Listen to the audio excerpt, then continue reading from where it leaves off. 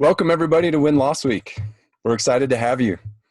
We want to give a special shout out to all of the sponsors that made this event possible. You can see them here on the screen. We also want to thank you guys for registering and for all the great brands that helped us out by contributing sessions. Today, you guys have the pleasure of listening to Andrew Peterson, co-founder of Clozd, and the not so distinguished pleasure of listening to me, Spencer, the other founder of Clozd. We're really excited. Thanks again for participating.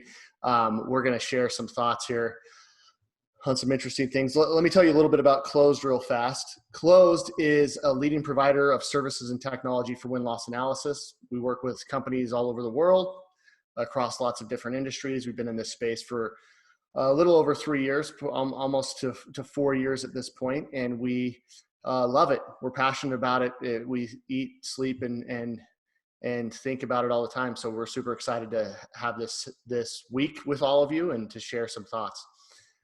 Our session today is going to be about the future of win-loss. And this is a rapidly evolving space that frankly is fairly immature, and it's changing very quickly. So we're really excited to share with you some of the things we're seeing and the way we see this space evolving over the next little bit.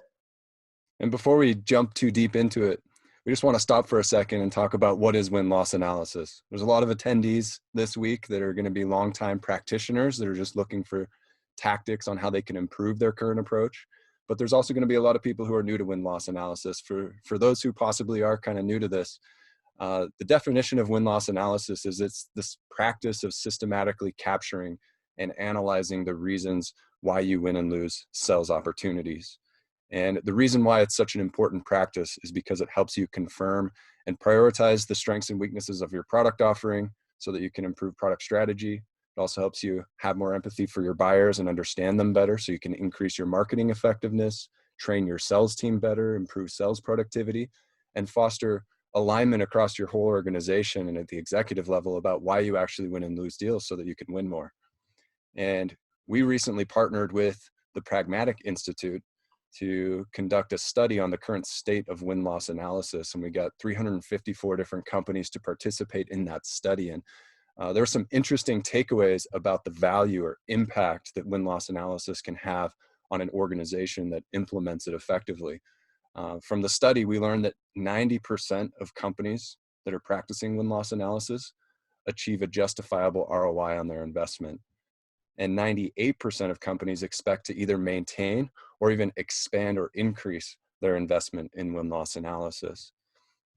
72% of companies reported that they'd improved their sales win rates as a result of the practice. 61% have captured actionable competitive intelligence. 57% reported that they've improved sales processes, training, and/or performance. 51% have improved their product strategy and roadmap as a result of what they've learned from their program. And 51% as well have improved marketing content and messaging. So it's becoming clearer and clearer to organizations nowadays that they need to have a systematic approach to capturing this insight so that they can then attain these benefits that we've highlighted here. What's cool about win-loss is there's an astounding amount of value to the practice, but that doesn't mean that there aren't challenges that come with it. And as we went out and we surveyed this broad group of companies, we found some consistent challenges among practitioners and non-practitioners. So let's talk about the practitioners first. These are companies that are actually conducting win-loss analysis within their org. First, 77% of them feel like they could get more value than what they're getting today.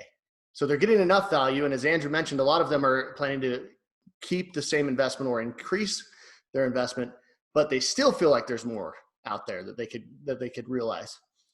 75% are only analyzing a fraction of closed pipeline. Most of them are analyzing less than 10% of opportunities that go through pipeline. Think about how much insight is not being uncovered because of the lack of coverage of the pipeline. 45% only share it with less than 10% of the org. The information's siloed to a small group of people. 75% wait for manual reporting before their leadership can access the findings. So think about that. Everybody's seen a lot of value with it, but they know there's more value that they can get. They're not covering as much pipeline as they would like to.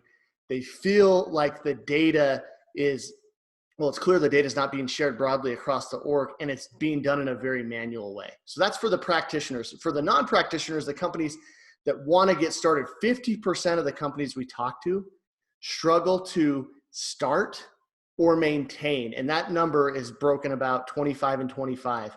They struggle to start, meaning get up and move and get a program in place, or maintain. They do a lot of starting and stopping. So they get something underway and then they get a lot of pushback, or they're not really sure the right methodology or how to scale it. So they struggle and then they stop and then they start again after the next board meeting. Sound familiar? 66% of companies say methodology and the ability to scale the program are their biggest challenges in getting something going in an ongoing fashion over the long term.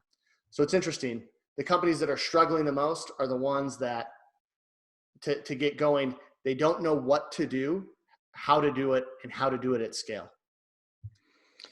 And since being founded here at Clozd, we've had the opportunity to observe how really innovative companies are thinking about win-loss analysis, how they're tackling it. We've been fortunate to work with some great brands, great clients, and collaborate with a lot of great think tanks and thought leadership organizations about what works best when it comes to win-loss analysis. And there's some interesting trends that we are seeing that are happening within this use case of win-loss analysis, and that we believe will continue to happen over the coming 3 to 5 years. In the past, companies have a tendency to treat win-loss analysis as a bottom-up initiative. There's maybe somebody in middle management, or someone, a product marketing manager, or a leader of competitive intelligence, or a sales operator, or even a leader of a sales team that look around the organization and realize, hey, we don't have good data on why we're winning and losing deals, and that would enable me to do my job better. And so they have to make a business case and try to convince people above them in the organization to invest in win-loss analysis. But that's beginning to change, because executive teams and even boards and venture capital firms are starting to realize that we need this data, and we need to enable all of our functions with this data so that they can all perform at a higher level. And so going forward, we're going to see more and more that win-loss analysis is a top-down mandate from the executive team, and they're going to expect that something effective is put into place to address this. In the past, we've also seen that because it's sort of a bottom-up initiative led by a certain function, they tend to be very siloed initiatives where only members of that function tend to see the data or have access to it and benefit from that data, and there haven't been great strategies or tools for collaborating cross-functionally. But that's going to change as well, where these initiatives, because they're top-down in nature, are going to be very cross-functional, where the programs are going to be designed to meet the needs of various functions, and all of those functions, sales, marketing, product, the executive team, et cetera, are all going to be engaged in helping to design a program that meets the organization's needs. In the past, most programs too, depending on who starts the program, tend to be single channel programs. For example, if a sales operations team decides to implement a win-loss program, they have a tendency to go to the systems that they're used to, like the CRM system, to pull some data and try to analyze that for win-loss analysis. Or they might reach out to the sales team and ask the sales team for feedback on why deals are being won and lost. On the contrary, if it's a product marketing-led initiative, the product marketing team is going to say, hey, I really want to hear from the customer. And so they might implement a program where they're interviewing or surveying customers to capture this feedback. But in each case, they're just leveraging one single channel to capture win-loss insight. Whereas in the future, as companies work cross-functionally to enable these programs, they're going to become multi-channel programs where they're going to tap into multiple sources of data to understand more holistically why they're winning and losing, and to cover more of their pipeline. And in the past, there's been a tendency for organizations to treat this as discrete projects, where the one team will implement a short-term initiative, invest in it heavily at one moment in time, one quarter, and uncover at that moment in time why they believe they win and lose deals. But they struggle to build a program that has longevity, that's ongoing, that is operationalized as part of how the company operates. And going forward, companies are going to start to get a lot better at creating an approach that's ongoing in nature, that's somewhat automated, that allows them to capture win-loss data across a large portion of their pipeline on an ongoing, recurring basis, so that they continually have a pulse on why they're winning and losing deals.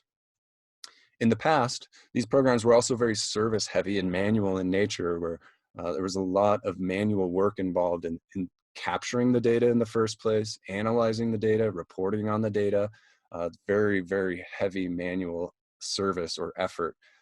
And that's changing, that's beginning to change. And in the future, there's going to be much more tech enablement of the win-loss process to make it a whole lot easier to run a program and to make the programs more effective and more efficient. And then the other trend that we see is the manual analysis piece. People building a one-off report and sharing it around the organization of here's why we win and lose based on the limited analysis we've done over the last few months. That's going to change as well as these programs become much more operationalized. There's going to be technology that's going to allow real-time reporting and automated push reporting so that all the stakeholders across all of these functions have easy, direct, ongoing, real-time access to the win-loss data. It's awesome. What's interesting about this is we've seen this before. And so I want to share with you guys a story of how this has evolved in other type of feedback markets. If you recall in the early 2000s, all of a sudden a lot of B2C companies started to realize we don't understand our customers very well. And at the time he was a partner at Bain & Company. His name was Fred Reichel, and he came up with this idea of NPS. And it was a methodology to enable you to help understand your net promoter score, which is basically a function of understanding customer satisfaction, customer loyalty. What happened is as this idea, it was initially called NPS, voice of the customer. Now it's evolved into an entire market called customer experience, but it didn't get to customer experience immediately. The next step that happened was as people realized, man, I should really understand how my customers feel about me in these B2C markets, service-based offerings started to come out, and there were small boutique firms and bigger firms that began to run NPS surveys as an outsourced solution to these bigger companies. Then over time, technology started to come into play. And so now you weren't just outsourcing it to a third party that would go handle it, but there was some technology, and you started being able to even take some of the solutions in-house. And finally, today there's entire companies like Qualtrics and Medallia that are built on being tech-first CX platforms that help you really truly understand what's happening with your customers. Well, if you rewind, this same process is actually happening in win-loss. For several years now, companies have understood, I have a lot of money invested in my go-to-market. I'm spending millions of dollars on product development, millions of dollars on a sales org, millions of dollars on marketing effectiveness, and I'm not really sure what's working and what's not working. And so what's emerged is there's been a handful of boutique type consulting firms that have existed, and they're heavy service based, and they do this great value add outsourced service for companies.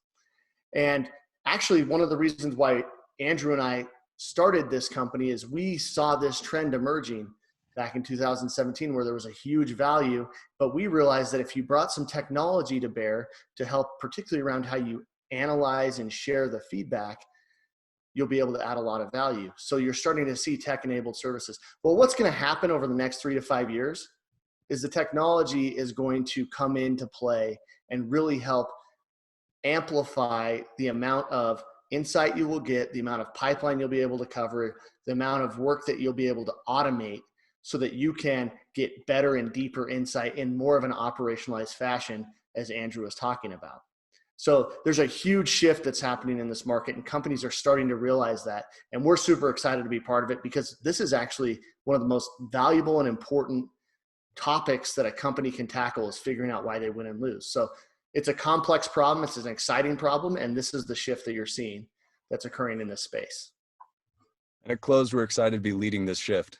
We're in the process of developing a first of its kind platform that brings together multiple channels, that enables you to cover all of your pipeline, integrate directly with your CRM, and understand holistically across your entire business why deals are being won and lost at the deal level and at the aggregate level as a business and everywhere in between. So be on the lookout. Come talk to us if you want to learn more about what we've been building for our clients and what we're going to be delivering here over the coming 3 to 12 months.